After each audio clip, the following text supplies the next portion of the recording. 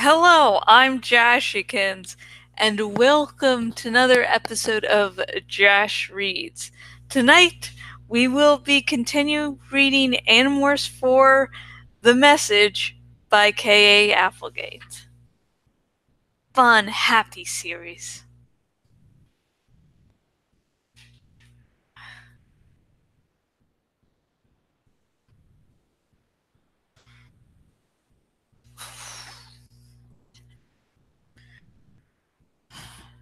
You do realize if we're down here at the beach because of that news story, some controllers are probably down here too?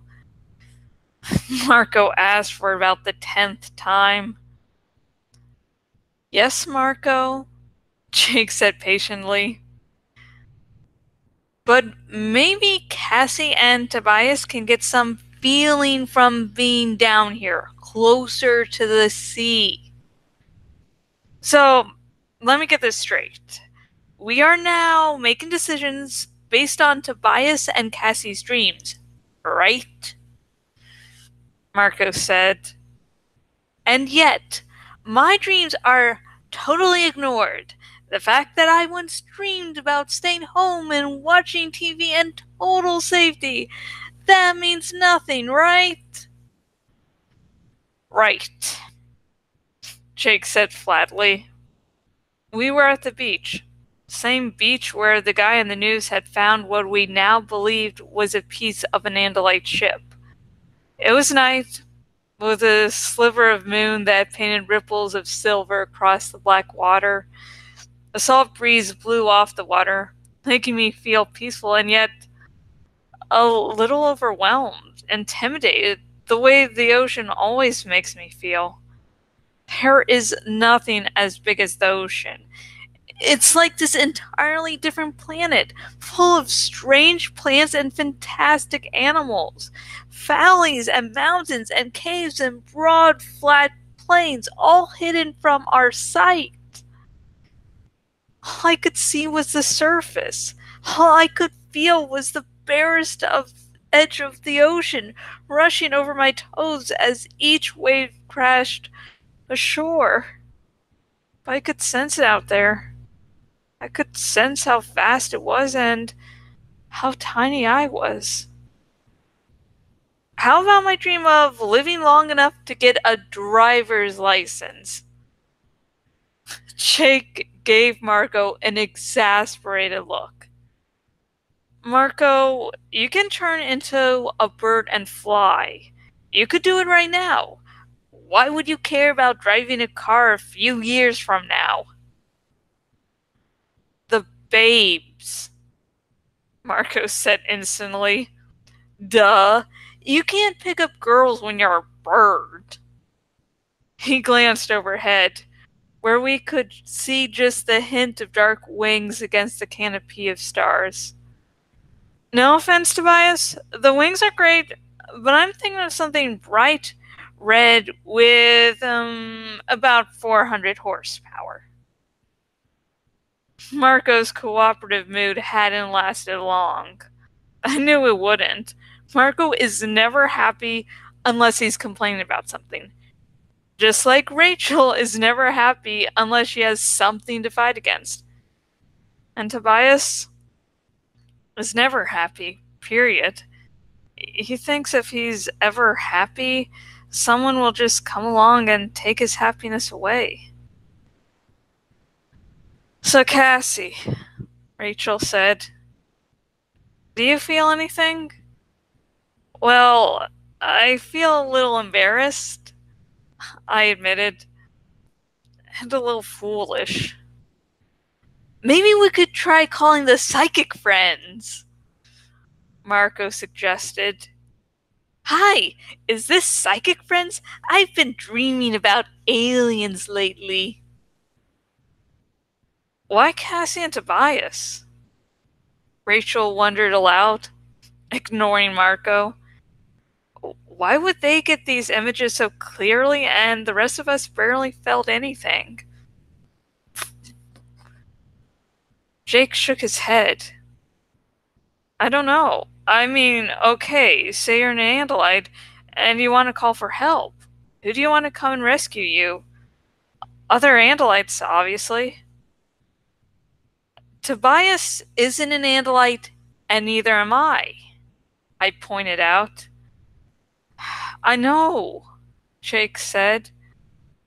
But maybe this communication, whatever it is tied into the ability to morph.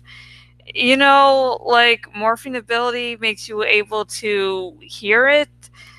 That way, only Andalites would be able to receive the call for help. Which still doesn't explain why Tobias and I. Maybe it does. Marco interrupted, serious again. Look, Tobias is permanently in morph, and Cassie, you're the one who has the most talent for morphing.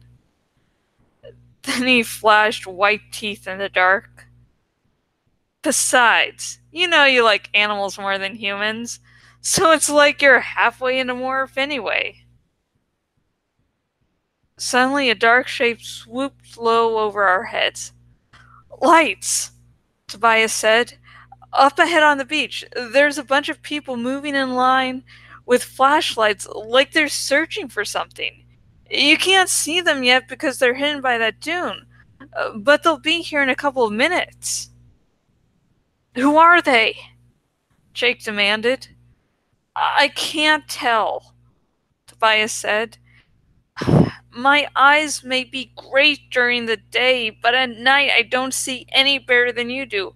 I'm a hawk, not an owl. Fortunately, I still hear pretty well. You guys hide in the dunes, I'll be right back. With that, he was gone. Come on, Jake said. He's right. Let's hide in the dunes. We crouched down in a pocket between two dunes. I lay flat on my belly in the cold sand and peered through the tall seagrass, focusing on the bright line of the surf. Tobias was back a few minutes later. It's them, he said. He came to rest on a piece of driftwood. It's a group from the sharing. Chapman is with them. He turned his head to look at Jake. Tom is with them, too. The sharing is a front organization for the Yerks. Supposedly, it's this group for all ages, like Girl Scouts or whatever. In reality, it's a way for the controllers to try and recruit new voluntary hosts. As impossible as it may seem, some humans actually decide to become hosts for the Yerks. The Yerks like it that way. It's easier for them to have a voluntary host instead of a host that resists their control. The sharing is very subtle, of course. People are brought along very slowly, over time. New members have no idea what it's all about at first. They think it's just fun and games. I don't know when they tell the members what's really happening. By then, I guess it's too late. They either become hosts voluntarily, or, like Jake's brother Tom, they are taken anyway. Tom is with them? Jake asked. I'm pretty sure, Tobias said. Some of the senior members, Chapman and Tom, are following behind the others. I could hear some of what they were saying. They're very worried about that fragment of Andalite ship. So it is an Andalite? Rachel asked, excited. I guess so, Tobias said. I heard something else, too. The way he hesitated made me tense up. What? Something about Vischer 3 having visions. That's what they said. Visions. I guess the visions made the Vischer cranky. He was on the mother's ship at the time and decided to shove a Hork-Bajir out of an airlock because he broke the Vischer's concentration.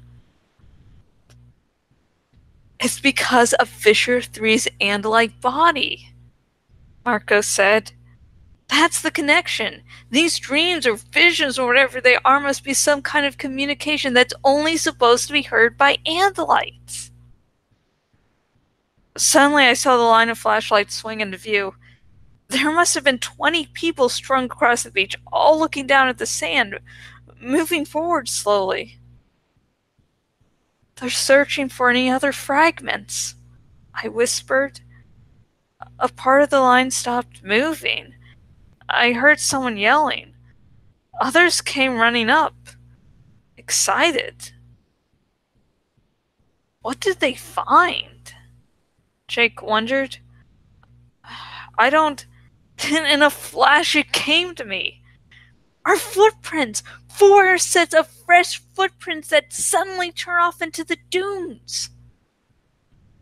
Let's get out of here, Jake hissed. Now! Too late. The flashlight beams raced across the rippling sand and up the side of the dune. In an instant, a dozen flashlight beams focused on the notch where we crouched.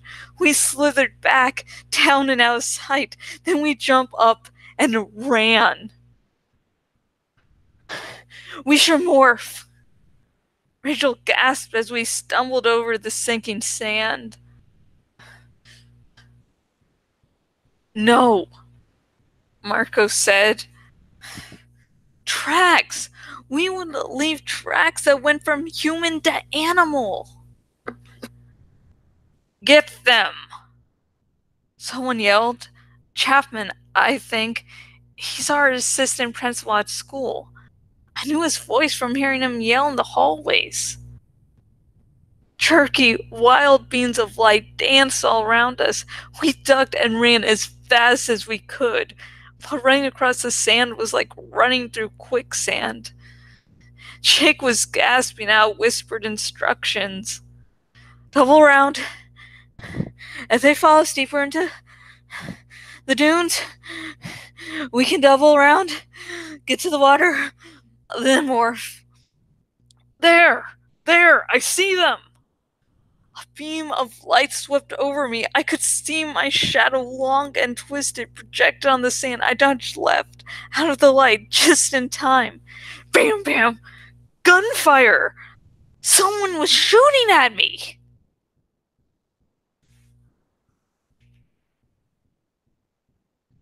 And that's the end of chapter 5. Yay! Oh god, I ate too much dinner today, and my acid reflux is like, Jash, don't do that shit ever again. We've sort of been over this. I'm sorry I've been doing this all episode, but there's a piece of goddamn hair here that you can't see, and that I'm seeing every now and again. It's just fucking annoying. But anyways, back to the chapter. I like how Marco can joke and be funny, but when he is the instant he needs to be serious, he can just do a whole switcheroo.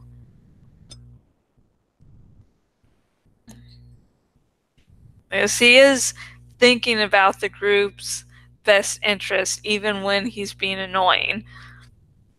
And again, it took me a couple books to start to like Marco, because he is sort of like fine wine. You know, it tastes fucking disgusting once you first taste it. Then it becomes bearable. Some people like wine. I can drink it if need be. But only white wine, just because it doesn't stain my teeth like red wine does. And now, since I'm not living at Dad's house, I don't get to have to randomly drink red wine to keep him happy. I love it. Oh, don't have to drink red wine to keep him happy. Yes. And, god damn it, there's something extremely spoilery that I would fucking love to discuss, because it sort of answers the question about Tobias and Cassie hearing the message from the Andalite, although it only solves really half of the mystery, not the whole thing. I guess there's another sort of spoiler that would do that second half, but these are times where I fucking hate my no major spoilers rules in these videos, because I'm like, I just want to say this thing. And it's like, hey, it's a really fucking major spoiler too. Both of them are, so you definitely want to experience those major spoilers without being aware that they're going to happen. But just be aware, later on in the series, if you want to go back and look about the question why Tobias and Cassie are hearing the Andalites cry for help, you know, you'll get somewhat of an answer. I can't wait till I can start to discuss those spoilers. Holy shit. Anyways, if you would like to discuss Animorphs with me, comment below. And remember, no major spoilers. The thing is, I would love people just to stumble upon these videos that have really no idea what Animorphs is. So, you know, I want them to experience some things fresh without being warned. But if you do want to talk spoilers with me, and you're watching this on the YouTubes, in the description is a link to my Tumblr Ask box. And if you are one of those people that have never read Animorphs before and have stumbled upon this video, if you would like to buy a copy of Animorphs #4, The Message by Kay Applegate for yourself, and also to help support me, if you are watching on the YouTubes, link in the description. If you are watching on my bloggity blog, link down below the video. Both links will take you to where you can buy your very own copy of Animorphs #4, The Message by K.A. Applegate.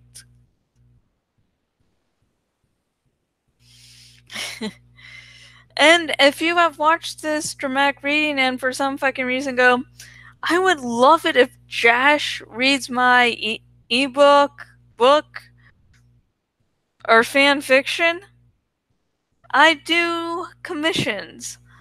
If you are watching on the YouTubes, link in the description. If you are watching on my bloggy blog, link up above. And both links go to the same post where you can see what I do, what I don't do, and my prices. Because yeah, I don't do this for free. Yeah. And if you are watching this on the YouTubes, please like this video and subscribe to this YouTube channel where I do dramatic readings, and I also do dramatic readings of my own personal work, and I also do reviews. The next review out shall be Eclipse. And fuck it. And if you're watching this on my bloggity blog and watching this on the desktop version, find where the fuck the sidebar thingy has gone and choose the follow by email option, so you will be able to be notified by email every time I get a new post out. So yeah. And I ask you to do this because I do not get the love and respect I deserve in my day-to-day life. So I come to you, people of the interwebs, to give me that attention.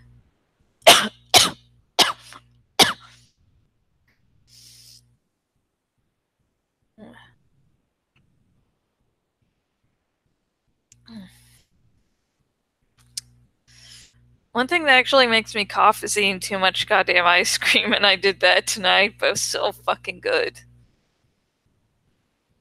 Yeah. I have, like, minimal self-control. And so, for the real-life segment, tonight, again, I took out the birdies, but this time I, took them out with Brian, Rev Resner, and it was fun. I guess the we're still trying to get the birds comfortable with both of us, and Rev Reisner thinks that the birds love me more. And I know they love him. I gotta get them used to him. So I think next night we take them out. I'm going to leave the bathroom. So, you know, so maybe me not being in the room will make them connect with him easier, you know? And then afterwards I can spend a little bit of time with them and whee!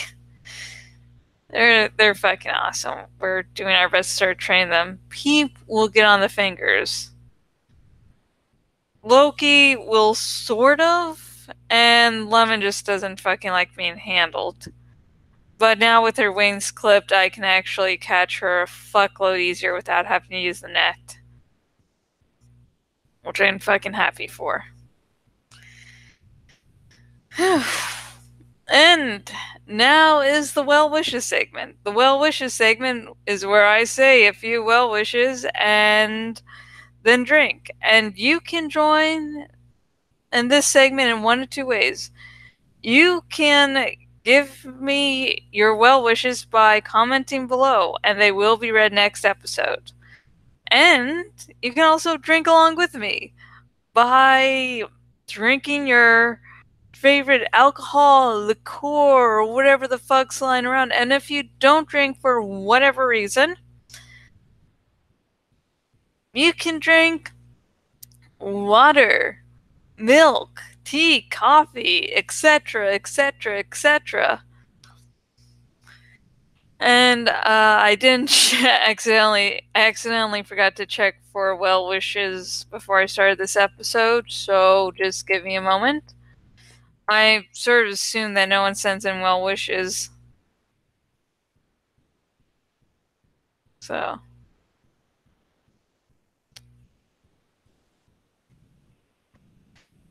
Okay, community. Goddamn. Okay, there are no well wishes for this episode. Woo! Woo!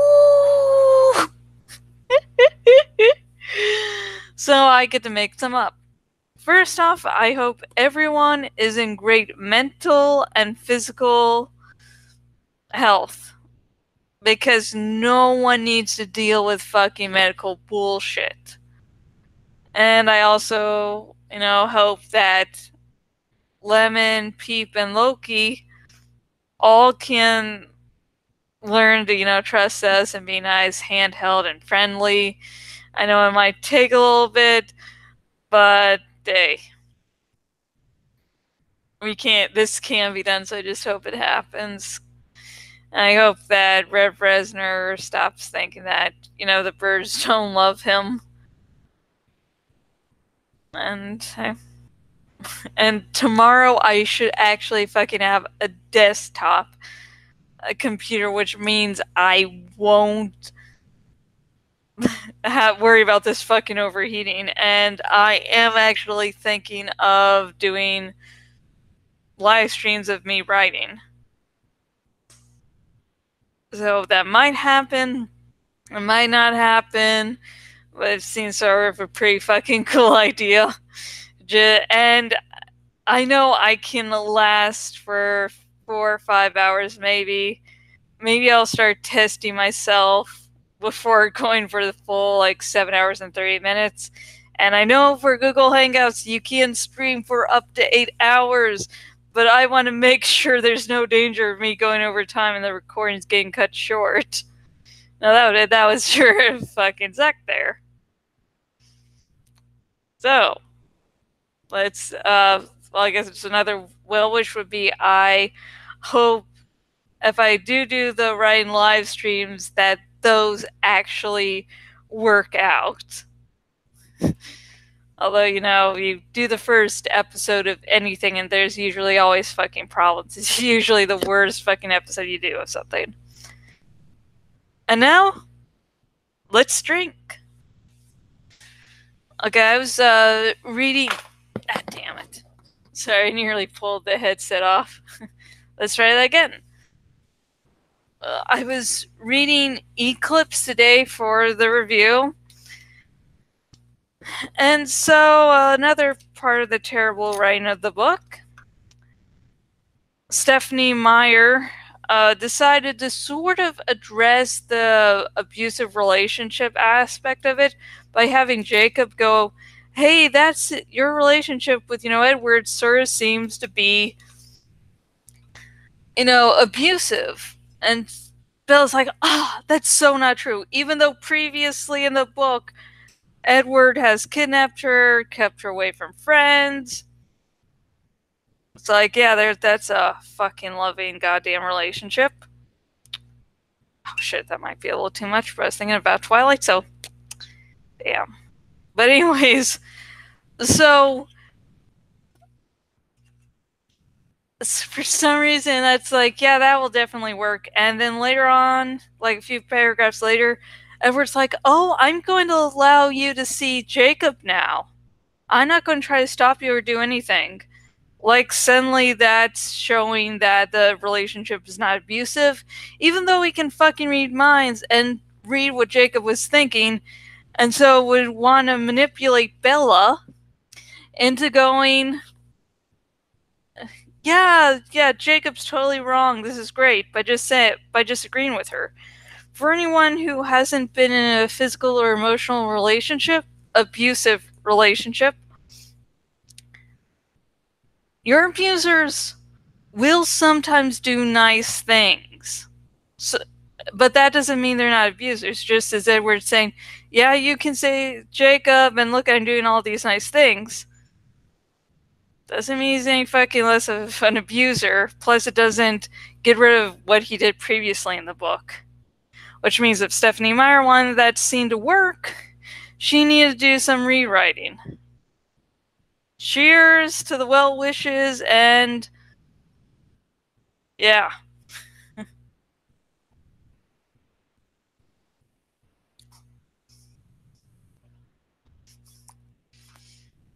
This is not going to help my...